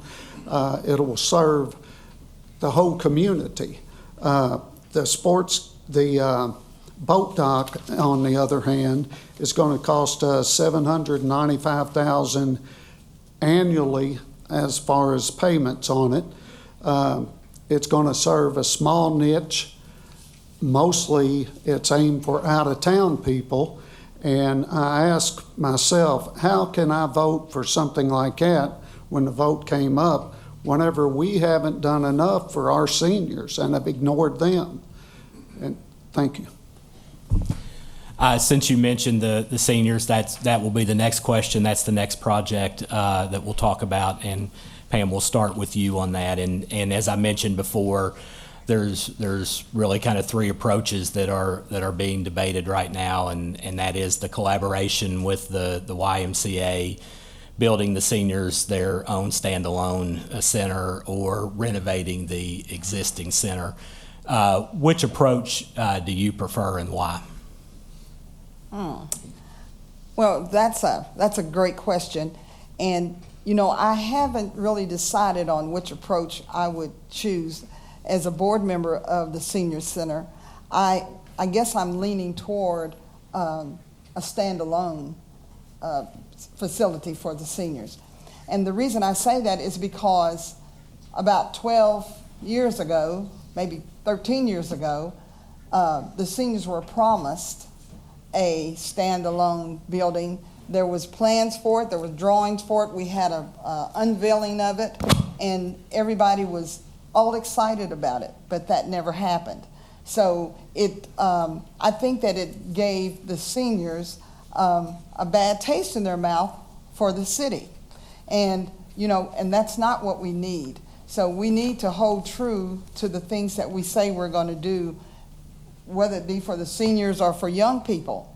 So I just think that we need to study all of the things so that we can make the best decision when we do it. Bob Glenn? Yes, I mean, I ran for re-election on several occasions saying we need to get the seniors out of Lee School. And I still believe that. Now, the argument, let's throw $6 million at an existing building that is not up to code, and to get it up to code would cost a lot more than $6 million, I don't think is a good long-term solution. Now, I'm aware that Becky Barnhart and her staff are doing a great job there running it and providing facilities, but in the end, I think we want something fresh and new for our senior citizens. But let's keep in mind, it's not just the senior citizens who are in the current facility using the athletic classes, the clubs, the meals. It's also seniors who are coming in the pipeline, like myself, to be frank. What do we want? And I would say that John Alexander and the Y have made a very reasonable proposal. They've said, let's combine forces. We both serve about 800 seniors. Let's go forward and try this. And I've suggested to Ms. Barnhart and her board that possibly that's stage one. We can always add on if they need more space. But a lot of the space that they're counting that says they only have 11,000 square feet doesn't include things like the pool, the spa, and a number of other shared areas. So I think eventually we're going to solve this issue and give the seniors something they'll be happy with. Larry Maglinger? Thank you. I'm a senior citizen, and I've always supported the senior citizens, whether they needed extra funding. For example, I think it's a great idea to look at this project as a joint venture because, the Y serves close to 1,000 seniors, and if we could bring in new seniors into the programs, I think it'll benefit in the long run. I think we need to give them the space that they need, and we have done that. Or let's put it this way, the people that have been designing this have taken in account of what they needed. So I think we need to continue to look into that, and I think ultimately the decision is going to be the two boards, the Y and the senior citizens. And so thank you. Robert Morris? Well, the city commissioner seat here is for 2 years, and it looks to me like that this this can's been kicked down the road. I'm against the merger of the two. I believe that even the Y and the seniors have been, from the city's point of view, from the people that sit up here, from what I've seen, they give you unrealistic ultimatums when they're putting the deal together. It's really, it needs to be a win-win and not a lose-lose. I don't think that, I don't want the two blended together. If you're going to do it, get rid of both buildings and possibly build a new building for both. If that's the case, if you can do that, if that's affordable. But the seniors, for the most part that I've heard, now the Y, from what I understand, he's having tomorrow night, there's going to be something at the Y that anybody wants to go needs to go. But I unfortunately will not be. But I'm against the merger of the two. Mark Caslen? Well, for one thing, it's really not a merger of the two. It's putting one next to the other so that the senior community can use the space at the Y. We're not trying to merge. I came in after this had already started.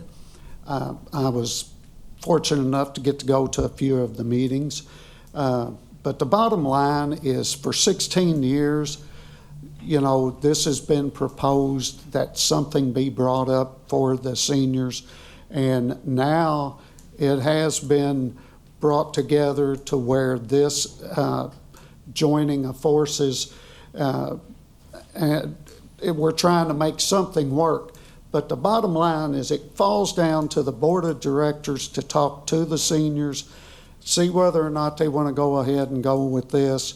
And if they don't, we'll erase the chalkboard, start from scratch, and see what we can do. And Jeff Sanford. The seniors will actually have their own space.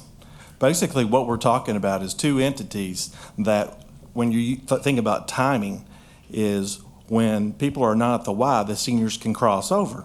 There's the pool, the gym, so as someone else said, the square footage, when you start to add it up, makes sense. We've got to look at the needs of the seniors today. And we're talking about the YMCA, you're talking about the senior citizens, and you're talking about Kentucky Wesleyan. We've got a lot of synergy in that area, and I am a big believer that in 10 years from now, if this happens, this will be something that people look back and go, you know what, I'm glad they did that. So I really believe it's something that's going to be positive. Thank you. Okay, we'll start the next question with Bob Glenn. And we've talked a lot about economic development here tonight, and so this question is very simple. What should be the role of city commissioners in crafting a community-wide economic development strategy? Well, I think there are three components to it. The first is we need to work with our partners like Owensboro Community and Technical College to promote programs that engage in workforce development. If you don't have a trained workforce, no company's going to want to come here. Number two, we want to grow existing companies and organizations. We want to grow, for instance, Toyota Tetsu. We want to grow Kentucky Bioprocessing. We want to grow from within. And then the third element is to look for scalable opportunities to bring new businesses into our community. While we haven't yet hit the mother lode with the electric vehicle bonanza that's going to occur with Ford Motor Company, I think we're going to have our opportunities. But the biggest thing we've got to do is we've got to have a dedicated workforce that's trained and ready to go. And in the auto industry, we do. We have Toyota Tetsu and all these people from Kentucky driving to Princeton every day to work in Toyota. We've got auto workers. We're ready. And so the biggest thing is we've got to market ourselves. It's a competition with Bowling Green and Madisonville and every other city, and we've got to step up and have our voice heard. But if we meet those three components, we're going to bring new companies in here. And we have. Bell Bank has come in here. Big Rivers headquarters is here. We're doing very well. Larry? Yes, I think the role of the city commission is to provide the incentives to have people to want to come here and enjoy and in a safe environment. And also, in the last 12 months, we've been pretty successful. We've had businesses to commit to $75 million of investment, and it's going to create 250 jobs. I think the city had a lot to do with that, and I think that that's our role, is to try to do anything we can do, or to bring in different businesses, small or large, and I feel like that's what we have done and need to continue to do. Thank you. Robert Morris? Well, I hope to win this seat, and it's a 2-year term, and I don't plan on bringing Ford Motor Company here or anything, but I do want to see us foster and take care of the businesses that are here. Make sure that there's ways for semi-tractor trailers to get in and out of this city. Make sure that the needs of the small, medium, and large businesses are taken care of. Use them. They want to get involved with our city, and they want to be branded and use our city for their brand. And sometimes we neglect that. I've seen it happen here. I've seen, like Kimberly Clark, Swedish Match. I mean, we need to embrace those companies, and what we've got, we need to build on.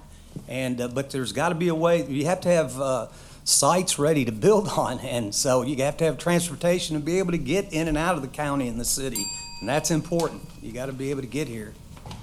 Mark Caslin? One of the things that we really need to do is to nurture the small businesses that we currently have. Small business is the backbone of the country, always has been. It's nice to have, Ford Motor or even Kimberly Clark, whoever, locate, but the majority of your jobs are going to be created with the small business community. As far as our economy, it's good and strong right now. We were the only city in the whole country during COVID where unemployment went down. And I think that's a real feather in the hat to be able to say that. We, actually were the only one. Also, we need to get our local counties involved. We can't do this alone as far as recruiting industry. Kind of like Mr. Morris said, we don't have the land space available. Jeff Sanford. That's a quick clock you've got. Buy them on time. Thank you for the question. We need to really think about an industrial park. I mean, something to sell. We don't have enough land. People compare us to Bowling Green. We're like 19.1 square miles. They're 30.1 square miles. So it's hard for us to be able to compete with that. So we're going to have to find some land. We have, you have to have inventory on your shelves to be able to get people to come here. And we just don't have enough right now. So that has to be done. Skilled labor is number 2. We have to really be pushing skilled labor, and I think the community college is doing a great job of that, and a lot of our unions. So those are 2 good things. So we're doing some things, but we have got to have something to sell people. And it's something that we're going to have to look at in the next commissions coming up if we really want to grow and bring in those other jobs. Will they be the big companies? I don't know, but sometimes the smaller companies are just as strong because it diversifies your economy. And if you look at Owensboro, we're very diversified. That's why we fare well when times are bad, and we do fare well when times are good. Thank you. Pam Smith-Wright. This question comes up every commission race because everybody's interested in what kind of jobs are going to be in this community. And in my opinion, it starts with education. We have to have an educated community to bring these businesses in because everything is so high-tech now that if we're not educated, if the community's not educated or the workforce is not educated, they're not going to bring a company here. And we also need to collaborate with the EDC, with the chamber, with our colleges, and to get these people educated for those kind of things. Okay. Last question before closings. We'll start with Larry, and this one gets to the core of government funding, and that is, want to talk a little bit about the dividend from OMU. And that's almost $8 million a year that OMU pays to the city, and there are plenty of critics, and if I'm being honest, I would include myself in that group, that believe that is an easy way for elected officials to bring money into the city coffers, while unelected folks are the ones who set the OMU rates and so forth. So my question to you is do you believe that is a proper way to fund local government with nearly $8 million from OMU? If so, why? And if not, what do you think would need to be done to either replace that revenue or make cuts to deal without that revenue? Well, I think the city needs the revenue. We only have a couple agencies that actually bring money back to the city, and I think that it's a good thing for us. How to replace that funding, we have to find other ways to do it. But I think at this point, it's good to have the funding from the OMU. It's successful, and I think we should continue to do that. Robert Morris. Well, I think the city has, from the federal down to the state to the city, has gotten a lot of money these past 2 or 3 years. Don't know a whole lot about the dividend that you're talking about. It's a lot of money, and I got a feeling I know who pays for it when I pay my OMU bill. I think that we should be able to meet our budget with the tax dollars that the citizens pay. And if there is a way that can be given back. Like, if we're paying that in our OMU bills, I mean, they're going up. They're not going down. I think that, I just think that things like that the city should be able, and the city commissioners should be able to make ends meet based off the tax dollars that we get instead of things like that. And I know I'm rambling about that. I don't know a whole lot about it, but I do have a feeling that I know who's paying for it. Mark Caslen? Well, the dividend from OMU has been in place, gosh, forever, as far as I can remember. Kind of like Mr. Morris said, I'm not real familiar with it, but I am familiar with a lot of what the city does as far as funding for the entities that we have here in town. And I would hate to think that we were suddenly without that. I know that there would have to be tax increases pretty much across the board to make that up. As far as calling it a dividend versus a tax, you can call it whatever, but we do look to spend that wisely. Every time that money comes in, we look to provide back to the community with it, the community that paid it in. And, that's it's something to think about. Thank you. Jeff Sanford? Thank you. It's $8 million, so it's got to come from somewhere. So it's coming from there, and it's come from there a long time. So we're limited on our revenue streams. We just added a new one. That's why we're able to do some new things we had talked about earlier. But we're very limited on what we can do to bring in enough money to cover the cost. I mean, things are going up, and we're going to be putting a lot more money into law enforcement. We've invested more into those guys, and we need to do even more. So it would be very difficult to take that away. It's just the way it was set up a long time ago. So to unwind that would be extremely difficult. If there was an easy way to do it, that would be great, but I just don't think there is. Thank you. Pam Smith-Wright? I too agree with Jeff.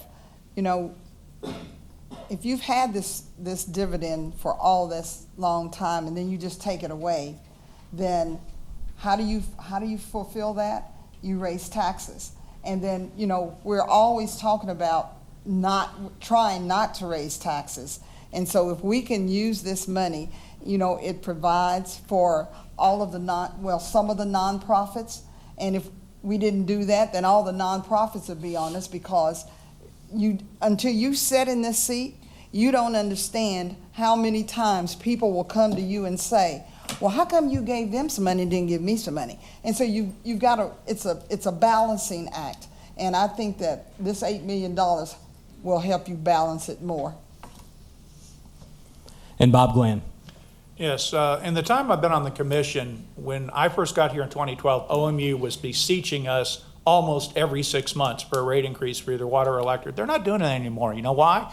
That is a municipal utility. You and I own it. And that $8 million is a recognition that you and I own that utility. Oh, we don't own stock, but we own it in the sense that the city gets that $8 million. That's your money for us to wisely spend on your behalf. And I think we do that. But I also want to point out we've expanded the Cabin Water Plant, which is a huge economic benefit growth. It means that we'll be able to bring in new industry and support it if they need more water. The second is they've gone on the grid. They didn't replace Elmer Smith. Ron Payne and the rest of the commission, when I was on there, said we cannot afford to fund the water expansion and a replacement for Elmer Smith. They've been on the grid, and it's done very well. You've noticed that cycle of rate increases. It isn't happening.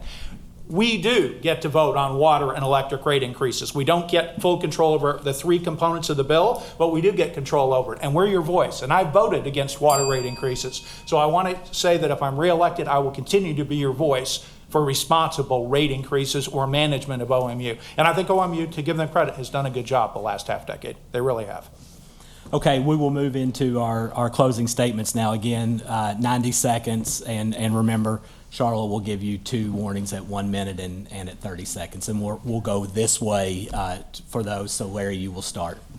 Thank you, Matt. and thank everybody for joining us tonight.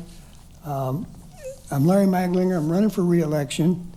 I'm running because I care about the community, and I want to ensure that the city government continues to improve our infrastructure, provide the necessary basic services, and keep our citizens safe. I will continue the leadership and make hard decisions. I have the vision and the ability to guide and grow our city. I'm number 6. That's 6 on the ballot, and I would appreciate your vote, and thank you very much. Bob Glenn. I just want to thank again the Chamber for hosting this event and for everyone who attended tonight. I just want to say that the challenges of government don't end with one group of commissioners or another. But I would just say we've got lots of challenges to address. We've got the crime issue we discussed earlier tonight. We need to look at what to do with the senior center ultimately and get that addressed. I want to get that addressed. The second is we need to look at the sports center. We need to decide, are we going to retain that building or are we going to do something with it? It's very well managed by Spectre at this time, but ultimately it's an old building. The other issue is economic development. Where do we get more land? We do partnerships with possibly Hancock or McLean County. That's how we get more land. It's simple. Partner with those who are also in a position to help us. And I know we can do that. The other thing is we need to look at the future of this community. I want my son and daughter to live in Owensboro or in this area forever. And they won't do it if they can't get a job where a living wage is provided. They can't live in a community where it's not safe. They can't live in a community where there's intolerance and hatred. And I don't believe that about Owensboro. This is a wonderful community. This is a shining city on a river because of our people. We've welcomed immigrants from Afghanistan, Somalia, and Burma. We care. We love our fellow neighbor. And I want that kind of government to be a reflection of our people. So that's why I'm asking you for your support on November 8th. And thank you all for coming. And thank you for your time. Pam Smith-Wright. Thank you. Again, let me thank the Chamber for this opportunity for me to share my views on the issues that have been presented tonight. My passion for my city, our city, Owensboro, goes without saying. I've been here for a long time, and I want to continue to make this a better place for all of us. I have an open door policy, and that door is always open to suggestions, ideas, and comments, good, bad, or indifferent. I may not always have the answers that you're looking for, but I will try my best to find the right answer for you. As a citizen of this community, you deserve the very best.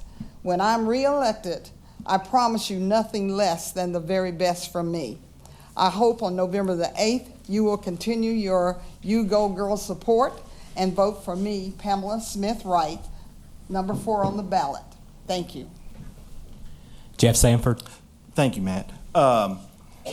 Why am I running again for office? I really want to do something about the crime problem in Owensboro. I really think that we're going to have to buckle down. We're going to have to work with the state, and we're going to have to do something. And it may even involve reaching out and working with churches, schools. We have got to do anything we can to break the cycle. And that's one thing I want to do. I'm very passionate about kids. Number 2, industrial park. I think we have got to look for land. We have to have something to sell if we want to create a future where people can actually locate in Davis County. And I believe in a lot of things can work. I think the Senior Citizen Center and I think the YMCA and Kentucky Wesleyan, I don't know if I've ever been an overachiever, but I'm an overbeliever. I believe things can work. And when you have passion and you really go after something, you can make anything work that you want. And that's why I think the city, we've had a lot of believers up here, sitting up here. And there's a lot of them here today who have done so many great things. And we've had great mayors, we've had great staff, and they have done such a good job for this community that hats off to all of them. They've done wonderful, and I can't say enough about them. Our chamber, our EDC, everybody, they have worked together and done a wonderful job. And I'm just happy to be a part of it, and I would appreciate your vote on November 8th. Thank you. Mark Caslen. Yes. As far as running again, I had told my wife that I would just run one term, and she suggested that I go ahead and run a second term, which was really surprising to me. She said, "You're doing a great job. You're staying focused. You love it. I can tell. So why don't you go ahead and run again?" So to the people of Owensboro, I love you all. I think I've shown that by being so active in the community. I'm out and about all the time. I show up for functions. A lot of them I don't even know what the heck I'm going to because I've never been there before. And, but at the same time, I'm listening to people. I'm helping make changes that are positive, and I would appreciate your vote in this coming election. And if you ever have any issues that you'd like to talk to me about, please feel free to give me a call. I know there's quite a few faces here that I see in the audience. People have reached out to me and asked me about issues. Some of them I didn't know anything about, but I said, you know what? I'll get you some answers. And I'd have to go and maybe talk to one of my fellow commissioners or a city manager or a mayor or whoever, but we have made a lot of things work, and I promise to keep working for you. Thank you. And Robert Morris. Thank you, Candace and Matt and Charlotte, for having us. The next forum, I'm going to invest on a better deodorant. This has been, and I'm going to need 90 seconds isn't enough, but I do have a 20 to 30 two-year agenda that's doable and affordable. Downtown businesses, homelessness, shelters, CARES Acts, those types of monies, bridging the gap, city safety. I'm really into a curfew, affordable housing, planning and zoning, infrastructure, drainage, flooding, our police department, our fire department, the diversity of our city. I'm real interested in seeing the downtown hotel done and finished. I think things are looking a little rough downtown. We need to start moving forward with that and getting it done. Look at like the building that's being built next to it. It's going like gangbusters. Like I said, diversity in city government. I want to focus on the crime, elderly safety, the Owensboro Museum and Science and History. I want to focus on that. The approaches to our cities, signs. I'd like to see the extension of the lighting of the bridge over 2nd Street, where it lights up the gateway to our city and our cultural district. And those kinds of areas, when you come into our city, I want to focus on drugs, the Bluegrass Museum, special events, the convention center, and our city schools. I have an agenda for all those right here. I have a plan, it's all here, but I need more than 90 seconds to go over it. So, you guys want to come on over, we'll have coffee after this, and we'll go over everything, and I look forward to y'all's ideas. Thank you, I'm Robert Morris. Appreciate it. Thank each of you all for being here. I really appreciate it. Let's give them a hand.